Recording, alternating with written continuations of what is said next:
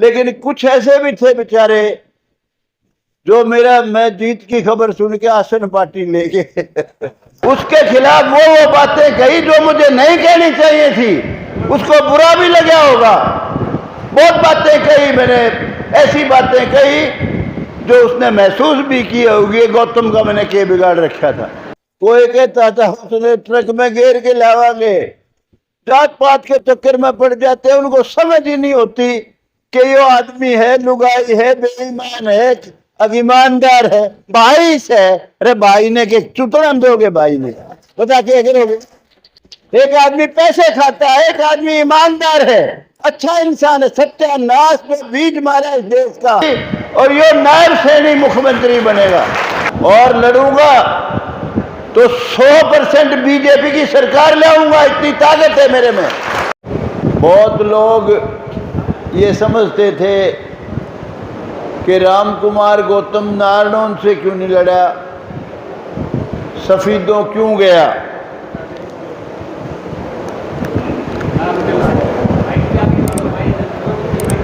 Captain Abhimanyu ने कहा था कि मैं मदद करूंगा, नारनौल से लड़ो। मेरे लड़के से बात हुई थी और मेरे को भी कहा था कि मैं तो कहीं से राज्यसभा से चला जाऊंगा या कहीं से भी लड़ूं, पर आप लड़ो, मैं मदद करूंगा दिल खोल के। तो मैंने कहा भाई कैप्टन अभिमन्यु, ये तो अपनी अपनी सोच है लोगों की। पिछली बार उन्होंने मुझे बना दिया, बीजेपी की सरकार आई थी और तूने काम भी बहुत कर रखे थे, थोड़े नहीं किए हैं।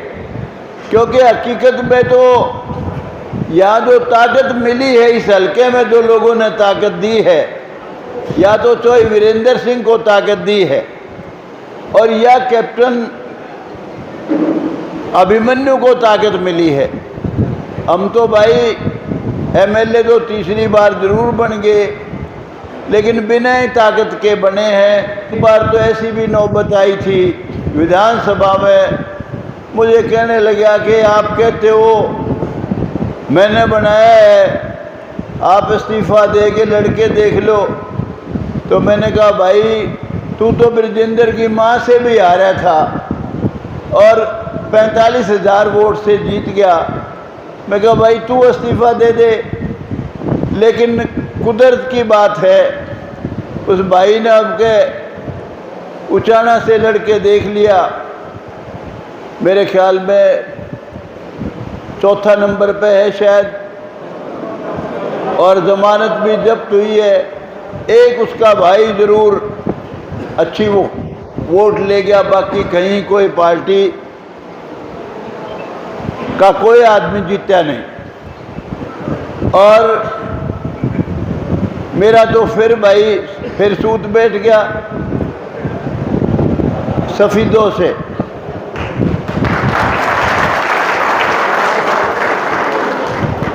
मैंने कैप्टन को कहा था देख भाई कैप्टन, हक तेरा बनता है।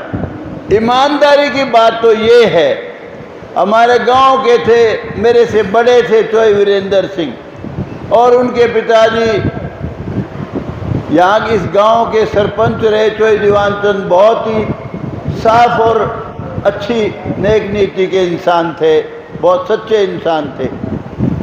चौधरी वीरेंद्र सिंह को जितनी ताकत मिली उसके मुताबिक उन्होंने काम नहीं किया। मुझे बहुत दुख के साथ कहना पड़ता है। देखिए चौधरी देवीलाल इस धरती के सबसे बड़े नेता हुए, बस चल पड़ा। रिश्तेदार तो तेरा ये उरा बैठा यो गुजर करे गया, बैठ जा कोई तेरे नंबर कट दे नहीं। जो क्या देखे गुरु रिश्तेदार खातिर आ रहा हूँ। चौधरी देवीलाल बहुत बड़े नेता थे इस धरती के, आजा। और मेरी ऐसी सोच है, 77 में चौधरी वीरेंद्र सिंह बहुत पावरफुल मिनिस्टर बनाए थे चौधरी देवीलाल ने, और मेरी ये सोच है चौधरी देवीलाल ऐसे इंसान थे अगर उनको बास में ले जाके खड़े कर देते चोई साहब, अपनी बेटी बसा में धक्के खांदी हंड है। नानोद में ले आके खड़े कर देते चोई साहब, बेटी बेचारी सवेरे धक्के खांदे हंड है, कोई जीन जा है, कोई हिसार जा है, कॉलेज बना दे। चोई देवीलाल 3 कॉलेज बना देते तो भी कम, तो भी यूं समझो थोड़ा था। वो इस टाइप के इंसान थे, देहात पे मरने वाले इंसान थे चोई देवीलाल। लेकिन भाई मैं उस बात पे नहीं जाना चाहता, क्योंकि अब वो इस दुनिया में नहीं है। मैं क्या कहूँ, फिर भी कई भाई सुनता था मैं। वैसे तो नारनौंद हल्के से सारे हरियाणा से मेरी मदद के लिए बहुत लोग गए, बहुत बड़ा एहसान बंद हुई इस हल्के के लोगों का और सारे हरियाणा का। मेरे लिए रोज वोट मांगने आते थे, कोई यमुनानगर से भी आता था, कोई कहीं मेवात से भी आता था, सब जगह के जिनने मेरे से प्यार था। लेकिन कुछ ऐसे भी थे बेचारे जो मैं जीत की खबर सुन के आसन पार्टी ले गए। उनका बस नहीं चला। वो यूं क्या करते, बोला भाई वो तो नहर में आओगी उसकी लाश, कोई कहता था उसने ट्रक में घेर के लावांगे। मेरी नज़र सफीदों में पड़ी। मैंने कहा सफीदों ऐसा हल्का है जहाँ सारे बसे हैं भाई। मैं किसी का कसूर नहीं कहता, लोग भोले भाले लोग हैं, जात पात के चक्कर में पड़ जाते हैं, उनको समझ ही नहीं होती कि ये आदमी है, लुगाई है, बेईमान है, ईमानदार है, भाई से। अरे भाई ने के चुतड़न दोगे, भाई ने बता के करोगे। एक आदमी पैसे खाता है, एक आदमी ईमानदार है, अच्छा इंसान है। सत्यानाश जो बीज मारा इस देश का, जात पात ने, छुआछात ने, भेदभाव ने। अरे कहाँ था, सोने की चिड़िया थी हमारा देश, कहाँ पहुंच गया। हमारे 80 रुपए, अमेरिका का $1, छोटे छोटे देश कुछ भी नहीं जिनकी वैल्यू, हमारे 14 रुपए, उनका एक शहर जैसे भी नहीं हमारे जैसे। लेकिन सत्यानाश कर दिया इस जात पात ने भाई। अरे सारे अपन एक जात के हैं, इसको समझ लो इस बात को। और लीडर तो कोई भी हो, मैं तो चलो बूढ़ा हो गया भाई, मेरा तो हो आ लिया। किसी को भी वोट दो, उसको पहले ये देखो ईमानदार है, बेईमान है, बीज असली है कि नकली है। और ना देखो कुछ भी, काम करने वाला कि नहीं, अपना पेट भरने वाला है, ये चीजें देखने की। अब की बार पार्टी ने मुझे पूछा, उनको ये उनके दिमाग में थी पार्टी के कि अगर ये आदमी तुम्हारी टिकट ले ले कहीं से तो ये इसका पार्टी को बहुत अच्छा लाभ होगा। उन्होंने मुझे कहा कि आप फलानी जगह से लो, नाम नहीं लेता। बेचारे कई लोग यूँ कहीं और तरीकी मारे उड़े ही मरे है। यो 4 जगह से मुझे टिकट की ऑफर हुई, मैं मना कर गया। कहने लगा और बताओ। मैंने कहा सिर्फ सफीदों से लड़ूंगा, अगर टिकट दोगे। इलेक्शन लड़ना नहीं चाहता, वरना कतई कोई दिलचस्पी नहीं मेरी। और लड़ूंगा तो 100% बीजेपी की सरकार लाऊंगा, इतनी ताकत है मेरे में। पार्टी ने मेरी बात को मंजूर कर लिया, मुझे टिकट दे दी।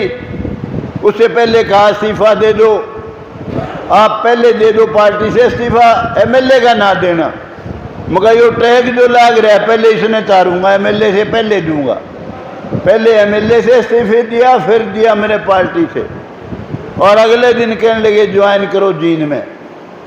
कोई आदमी ये नहीं कहता था पार्टी का या कोई और आमजन कि बीजेपी ताकत में आओगी। कोई यूं कहते थे सारे सट्टेबाज 24-25, 24 और 25, इससे फालतू बीजेपी आएगी नहीं। मैं अकेला था, राम कुमार गौतम, जो डंके की चोट पे मैंने कहा था जींद में 50 सीट आएंगी, बीजेपी की हुकूमत बनेगी और ये नायब सैनी मुख्यमंत्री बनेगा। और बाद में अनेक बार ये कहा 3 तारीख तक मेगा खतरनाक आंधी चलेगी बीजेपी की और कई कोस में कांग्रेस दिखेगी भी नहीं। ये मैं ही कहता था और कोई नहीं कहता था। और इलेक्शन का मुझे पता था। देखिए, भूपेंद्र हुड्डा से मैं गणना नहीं करता हूं। भूपेंद्र हुड्डा अच्छा इंसान है, कोई भाई बुरा मानो 20 बार। उसकी रगों में देशभगत का खून है, जो रणबीर सिंह का, उसको गलत नहीं मानता मैं। लेकिन अगर मैं उसके खिलाफ नहीं बोलूं तो बीजेपी की हुकूमत नहीं बनती थी। मैंने 2+2 का पढ़ा, उसके खिलाफ वो बातें कही जो मुझे नहीं कहनी चाहिए थी। उसको बुरा भी लगा होगा, बहुत बातें कही मैंने, ऐसी बातें कही जो उसने महसूस भी की होगी गौतम का मैंने क्या बिगाड़ रखा था। लेकिन अगर मैं ये नहीं बताऊं कि भाई बीजेपी लाओगे तो यो फायदा और यह हुड्डा पार्टी लाओगे तो इसका यो नुकसान, वो इस लेवल तक चला गया मैं, जो मुझे शोभा भी नहीं देता था। लेकिन अगर मैं उस लेवल तक नहीं जाता तो भाई बीजेपी की हुकूमत कोई कितने राजी हो रहा है, उस सपने में भी नहीं आए थी। 25 नहीं आए, 35 आ गए हैं। ये जो खेल था मेरा, जो 2+2 का, आज कोई मानो ना मानो, 2+2 पढ़ाए सबको।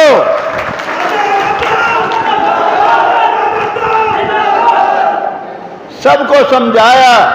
देखो भाई, अगर बीजेपी को बनाओगे तो नायब सैनी मुख्यमंत्री बनेगा, सबको सबका हक देगा, 36 बरादरी का हकूक वाली पार्टी बनेगी। और भाई हुड्डा साहब की को अगर बनाओगे, हुड्डा पार्टी को, 10 साल इसका राज देख चुके हो, बहुत बातें और कही जो मैं यहाँ नहीं कह सकता। अब उसके खिलाफ बोला मैं, उसे नफरत नहीं करता हूं, लेकिन फिर भी बोला, राज आवा ही नहीं था वरना किसी सूरत में भी। और मैंने कहा भाई, अगर चाहते हो आप हरियाणा में सबका भला हो तो 2 हरफ की बात है, कई हरफों हिसाब से समझाया मैंने, एक एक बात को समझाया, ऐसे ऐसे लफ्ज कह के समझाया, लोग समझ गए। कोई मानो ना मानो उसकी चिंता नहीं करता हूं मैं। कोई भाई राजी हो रहा हो तेरी वजह से बन गई। हाँ, नायब सैनी को अगर चीफ मिनिस्टर नहीं बनाते, सपने में भी बीजेपी आवे नहीं थी किसी सूरत में भी। नायब सैनी एक ट्रम्प कार्ड था, ट्रम्प कार्ड, जीत का पत्ता। गरीब लोगों में एक मैसेज गया, सैनी में, बैकवर्ड में और डाउन ट्रोडर, छोटे मोटे गरीब गुरबे मेरे जैसे। और टिकटें भी बीजेपी ने समझदारी से बांटी। और हुड्डा साहब को मैं कहूँ था, मगर भाई ये एरोगेंसी मारगी तने, ओवर कॉन्फिडेंस। अरे मगर तू भिवानी से किसी ने भी दे दिंदा, कम्युनिस्ट ने दे दी, जो कम्युनिस्ट करे वो बता के दारले ने जीतेंगे। मगर मैंने कहा अगर समझदारी से करता, खैर चलो वो उनकी बात है। तो भाई मैं बहुत गर्व से कहता था कि अगर बीजेपी को बनाओगे तो हरियाणा में तो सबको सबका हक मिलेगा ही, लेकिन देश में भी नरेंद्र मोदी को ताकत मिलेगी। नरेंद्र मोदी इस देश में फरिश्ता बन के आया है। किसी की माँ ने दूध नहीं चुंगाया था जो 370 धारा तोड़ दे, किसी की माँ ने दूध नहीं चुंगाया था। कांग्रेसी तो यूं कहते थे 10 साल और ना फैसला होने दियो इस बाबरी मस्जिद वाला, राम मंदिर वाला। और हमारी मुस्लिम बहन बेटियों का 3 तलाक, सारे मुल्ले इकट्ठे हो गए थे, नहीं बोले ये हमारा कानून है, ये यूं बोले हमारे धर्म में दखलंदाजी है। नरेंद्र मोदी ने परवाह नहीं की। और जब भी कोई महिला आरक्षण की बात आती थी एमएलए एमपी में, ये जितने कांग्रेसी और अट्टू बट्टू इकट्ठे हो रहे हैं साथ में, ये बिल्कुल फाड़ देते थे। बोले तो एक के मारी है तो इतनी आ गई तो मुश्किल हो जाएगी। नरेंद्र मोदी ने हमारी बहन बेटियों के लिए 1/3 एमएलए एमपी में रिजर्वेशन कर दी। आगे जो इलेक्शन होगा उसमें महिला 1/3 एमएलए और 1/3 एमपी बनेगी देश की। बहुत काम किए, अनेक काम किए हैं। हालात क्या थे देश के? अरे इस देश के बहुत ही काबिल प्राइम मिनिस्टर थे डॉक्टर मनमोहन सिंह। अमेरिका गए, झाड़ा ले लिया, तलाशी ले ली वहीं एयरपोर्ट पे। वो कोई डॉक्टर मनमोहन सिंह की तलाशी नहीं थी, वो तलाशी थी इस देश की। इस देश की इज्जत नहीं थी। इस देश को कूड़ा करकट समझते थे अमेरिका और वो दूसरे देश।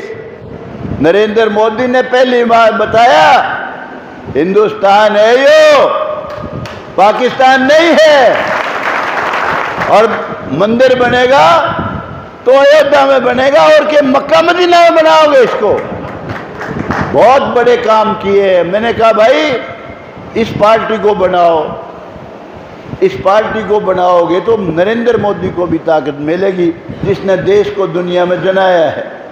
तो भाई मैं तो इसलिए गया था, मुझे पता नहीं था कि वहाँ जाके मेरी दुर्गति होगी। सफ़ीदों में 91 में मिसाल दे दे कहते थे अब की बार युग 1500 पर्ची आई थी कि तो इसका बला और घट देंगी। बड़ा ख़तरनाक प्रचार था। ये भी कहते थे कई। वहाँ एक और ख़तरनाक बीमारी, अपने जो इलेक्शन में कैप्टन अभिमन्यु जब हराया आप लोगों ने गलत काम करके, उस वक्त मेरे जितने पैसे लगे थे पार्टी के और मेरे उससे दोगुने से ही फालतू लगे। वहाँ बड़ा ख़तरनाक हल्का है, लल्लू पंजू हल्का नहीं है वो तो एक फिल्म का गाना है, सुना दूंगा तो सफीद वाले कई भाई बराबर। बापू जी तुम क्या क्या खरीदोगे। तो खैर जो भी है, अरे सुना दिया और के पास से गौलू। तो भाई खैर मैं इसलिए गया था कि सारी बीजेपी के नुमाइंदे जितने भी टिकटार्थी हैं सब मुखालफत करेंगे, ये सोच के गया था। और ये सोच के गया था आधी वोट अकेली मेरी आऊँगी, आधी में सारा और जितना भी लड़ रहे हैं सब आधी में रह जाएंगे। लेकिन भाई बाल बाल बचाऊँ बहुत बड़ी मुश्किल से 4037 वोट से जीता हूँ। जो कैंडिडेट थे उनसे मेरी नफरत नहीं थी। सुभाष गांगुली है, बहुत ही नेक लड़का है। जब भी मिलता था मुझे अपने माँ बाप की तरह से जैसे इज्जत करते हैं वो करता था। हमारे पहली बार ही मिला जसवीर देसवाल, वो भी अच्छे से अच्छा इंसान है, बहुत इज्जत करता था। लेकिन भाई लड़ाई में केक रख के बिरयानी के ऊपर पकना पड़े। लड़ाई तो लड़ाई है। नमस्कार साथियों, जैसे कि आपने देखा दादा गौतम जो कि नारनौंद के अंदर पहुंचे, आज अपने जन्म स्थान अपने गांव नारनौंद में पहुंचे और उन्होंने गांव वालों का तहे दिल से धन्यवाद किया सफीद हल्के में जीत के बाद।